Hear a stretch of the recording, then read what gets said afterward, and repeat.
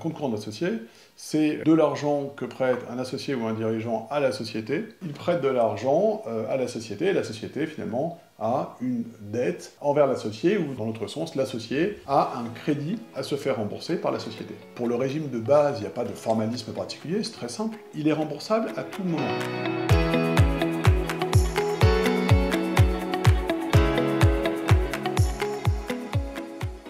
Compte courant d'associé, qu'est-ce que ça coûte? Comment ça fonctionne et qu'est-ce que c'est? Bonjour à tous, ici Damien Lamy, ancien banquier d'affaires. Je vous accompagne pour créer des investissements rentables et sécurisés. Et dans cette nouvelle vidéo, je suis avec Maître Cédric Lamy, mon frère. Salut Céd. Bonjour à tous, Cédric Lamy, avocat au barreau de Paris. Un grand plaisir d'intervenir une nouvelle fois sur ta chaîne et de répondre à tes questions, toujours pertinentes, mon cher Damien. Avec plaisir, parce que c'est pertinent parce que c'est préparé, Cédric. Hein. C'est pas juste de l'impro. Alors, dans cette vidéo, on va voir un sujet qui va vous intéresser très rapidement parce que vous allez voir que bien manipuler, c'est très intéressant. C'est le compte courant d'associé. Alors déjà, pour commencer, Cédric, parce que tu aimes bien remonter au principe quand on parle de quelque chose, qu'est-ce qu'un compte courant d'associé? Alors, de façon préliminaire, ce qu'on va voir là, ce sont les idées générales du compte courant d'associé pour le comprendre, parce que entrer dans les détails en amont n'aurait pas un gros intérêt dans la compréhension du sujet. Alors, qu'est-ce qu'un compte courant d'associé? Un compte courant d'associé, c'est, pour faire simple, de l'argent que prête un associé ou un dirigeant à la société, d'accord? Donc on lui ouvre un compte, dans la comptabilité, on lui ouvre un compte dans lequel il prête de l'argent à la société, et la société, finalement, a une dette envers l'associé, ou dans l'autre sens, l'associé a un crédit, d'accord, à se faire rembourser par la société. Donc c'est un prêt de l'associé ou du dirigeant à la société. Donc comment ça marche au quotidien, ce compte courant? Alors, juste pour qu'on resitue, le compte courant d'associé se fait dans le cadre d'une société. Dans le cadre où il y a une société avec un ou plusieurs associés. Alors, on dit compte courant d'associé, ça peut être, dès le moment où il y a un associé, on a un compte courant d'associé possible. Exactement. Un ou plusieurs associés. Exactement. Donc c'est quoi son fonctionnement au quotidien? Comment il vient tout d'abord, se mettre en place? Il y a pas de, pour le régime de base, il n'y a pas de formalisme particulier, c'est très simple. D'accord? Je prête de l'argent, une écriture comptable. Ce qu'il faut savoir, c'est que cet argent-là, sur le principe, si vous ne faites pas de documents particuliers, si vous ne prévoyez pas d'autres particularités, il a une particularité par rapport à un prêt bancaire, c'est qu'il est remboursable à tout moment. D'accord? Si vous ne prévoyez rien, l'associé il peut demander le remboursement, le titulaire du compte courant d'associé, il peut demander le remboursement à n'importe quel moment. D'accord? Et en fait, c'est très pratique parce que ça permet finalement, si tu veux, parfois on a des projets, souvent même en constitution ou en rachat, on a des projets dans lesquels la banque va demander aux personnes d'apporter personnellement des fonds. D'accord? Et là, il y a deux options pour apporter ces fonds. Soit on apporte ces fonds, donc là on parle du début, de la genèse de la société ou de la constitution ou du rachat, donc c'est à ce moment-là. Donc soit on apporte ces fonds en capital, d'accord? Donc on va dire, plutôt de faire un capital social à 10 000 €, ce qui était notre souhait initial, comme la banque veut que tous les associés apportent 100 000 €, on va valoriser le capital et les parts sociales à 100 000 €. Donc on a l'option d'apporter ces fonds, de faire cet apport en capital, pourquoi pas? Et l'autre option, mais ce qui veut dire qu'en fait, la société ne doit rien aux associés, donc c'est vrai qu'elle va avoir une forte capitalisation, mais en même temps, lorsque les associés vont vouloir se rémunérer, il y aura deux possibilités. Rémunération de salaire, rémunération de dirigeant ou se faire salarier par la société pour les autres associés, ou encore la distribution de dividendes. Pour sortir cet argent de la société, c'est quand même très fiscalisé. Il y a une fiscalité, c'est pas neutre, c'est pas... si vous voulez 100 dans votre poche, vous allez sortir plus de la société. Donc ça, c'est le point numéro 1. Point numéro 2, vous dites non, finalement, on montre à la banque qu'on apporte cet argent, qu'on est capable d'apporter 100 000 €, d'accord, en plus pour le projet, pour être sûr qu'on est bien en termes de business plan, fonds de roulement, etc.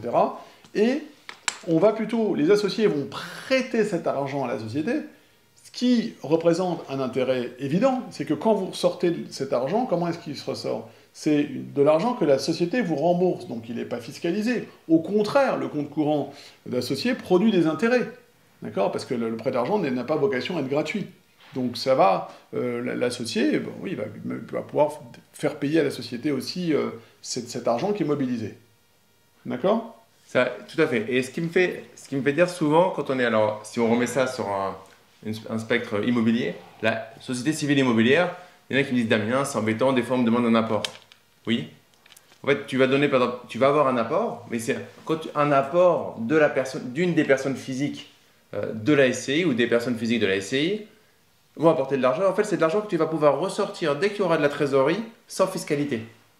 Donc, c'est quelque chose, si tu fais bien ton montage derrière de financement et tout, alors c'est pas l'objet de la vidéo, mais si tu fais un montage intelligent au niveau de ton financement, si tu as un cash flow intéressant sur ton projet, en fait, tu vas pouvoir te reconstituer, te récupérer l'argent pour aller le mettre sur un autre produit. Donc, entre un bon projet où on me demande de mettre les frais de notaire parce que c'est en SCI et ne pas le prendre parce que je veux vraiment pas mettre d'apport parce que tous les youtubeurs me disent il faut pas mettre d'apport, en fait, c'est presque la même chose. Tu vas mettre un apport ça peut avoir un intérêt de mettre un apport dont séduire la banque et derrière, tu vas récupérer entre 6 mois et 1 an grand maximum l'argent que tu as mis comme apport.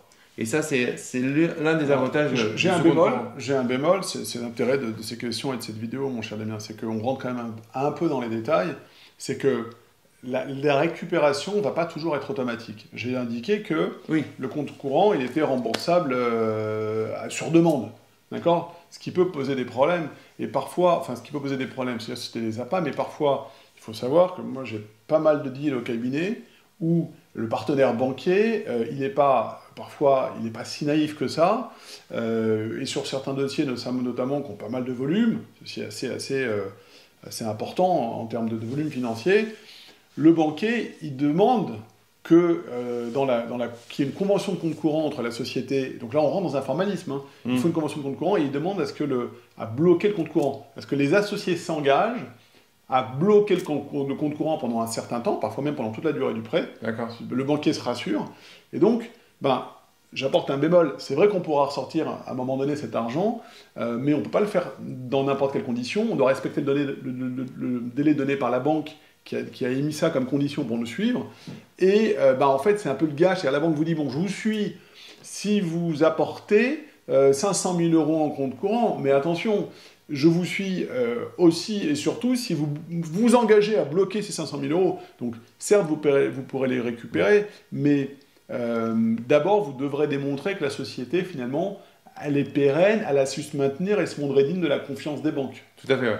Alors après, dans les SCI qu'on monte avec des montants qui sont autour des frais de notaire, régulièrement, c'est pas quelque chose ça va pas être demandé. D'accord. C'est effectivement une activité commerciale, mais c'est logique en fait, parce que du coup, c'est une couverture. Hein, les banques ont besoin. C'est un peu comme si tu retires les fonds propres de ta société, quoi. Donc, ça paraît assez logique dans des activités en plus commerciales. Et je rebondis sur une SCI, Damien et chers amis, là où vous allez peut-être pouvoir faire la différence sur des projets un peu compliqués, un peu justes en termes de financement, vous avez déjà vous avez déjà 1, 2, 3 biens en investissement, peut-être aller séduire la banque en disant mais j'apporte plus que le nécessaire pour vous couvrir de votre risque. Et si là, vraiment, vous tenez au projet, c'est une super affaire et vous voulez encore assurer, et vous n'avez pas forcément besoin de cet argent tout de suite, vous dites, mais en plus, pour emporter l'adhésion, moi c'est simple, je vous apporte un blocage de compte courant. Je vous bloque 2 ans pour vous montrer que je suis capable de toute façon, même en cas de problème, 1, que le bien rapporte, et 2, que je peux porter le bien tout seul. Excellent. Alors ça, j'y avais pas pensé, parce que j'ai jamais été bloqué là-dessus, ni les membres des programmes que j'accompagne. Mais ça peut être quelque chose de supplémentaire à lever, un peu une sorte comme du nantissement sur le compte courant d'associé. Dès le moment où il va être rempli, il va être bloqué entre guillemets sur une durée. Plus important, vous l'avez compris, c'est que votre projet passe. Donc là, on voit le côté compte courant d'associé, et c'est une astuce très pertinente que dans le Cédric, en cas de blocage, avoir toujours une corde, une possibilité supplémentaire, une corde à son arc. Alors, attention qu'on ne dise pas le contraire. N'allez pas tout balancer à votre banque en disant non, si vous voulez, je fais ça, si vous voulez, je fais ça. Non. Vous préparez la relation, mais vous savez que vous avez 1 ou 2 coups d'avance en cas de refus, ou alors si vous voyez que la banquière est hésitante ou le banquier à aller porter votre projet au directeur d'agence, par exemple. Alors, au niveau des obligations, c'est principalement ça, l'obligation d'un compte courant d'associé, c'est des fois la restriction sur le fait de ne pas pouvoir la sortir comme on veut.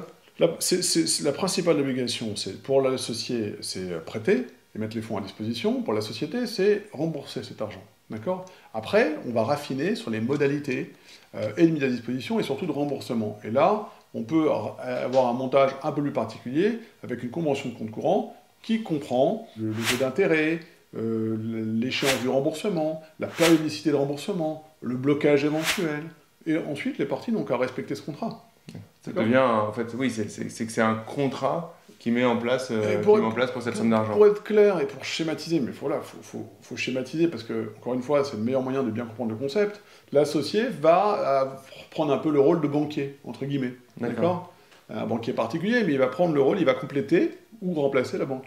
Très bien. Est-ce que tu as quelque chose à ajouter sur cette vidéo où on a fait une vue 360 du compte courant d'associé? Quelque chose à ajouter, qu'on aurait une précision que tu voudrais apporter, même si on a déjà fait un tour plutôt sympathique? Écoute Damien, je crois qu'on a été assez complet.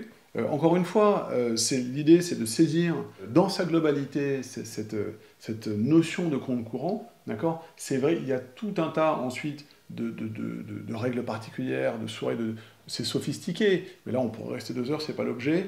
Non, je crois qu'on a... S'il y a des questions, moi j'aurais plaisir à y répondre sans aucune difficulté. Donc n'hésitez pas à nous mettre vos questions en commentaire, à liker cette vidéo, à vous abonner à la chaîne pour rejoindre des milliers d'investisseurs déjà abonnés. Vous connaissez la chanson, cliquez sur le bouton s'abonner et sur la cloche, comme ça vous serez prévenus dès que je sors les prochaines vidéos. Pour retrouver Cédric a créé sa chaîne YouTube, donc je vous mets le lien dans la description de la vidéo. Elle n'est pas sérieuse, hein, c'est pas une chaîne sérieuse du tout. Elle n'est pas sérieuse, mais en tout cas elle va vous apporter beaucoup de valeur, donc vous pouvez aller suivre Cédric pour l'encourager à continuer, des avocats sur YouTube qui essayent d'avoir un discours décalé par rapport à tout ce qu'on peut voir à ses droits.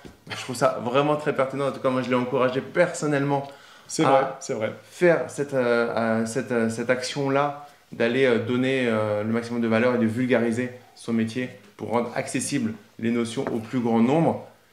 Et pour finir sur cette vidéo, comme Cédric est avocat et poète, je vais te laisser le mot de la fin, Cédric, avec un petit poème.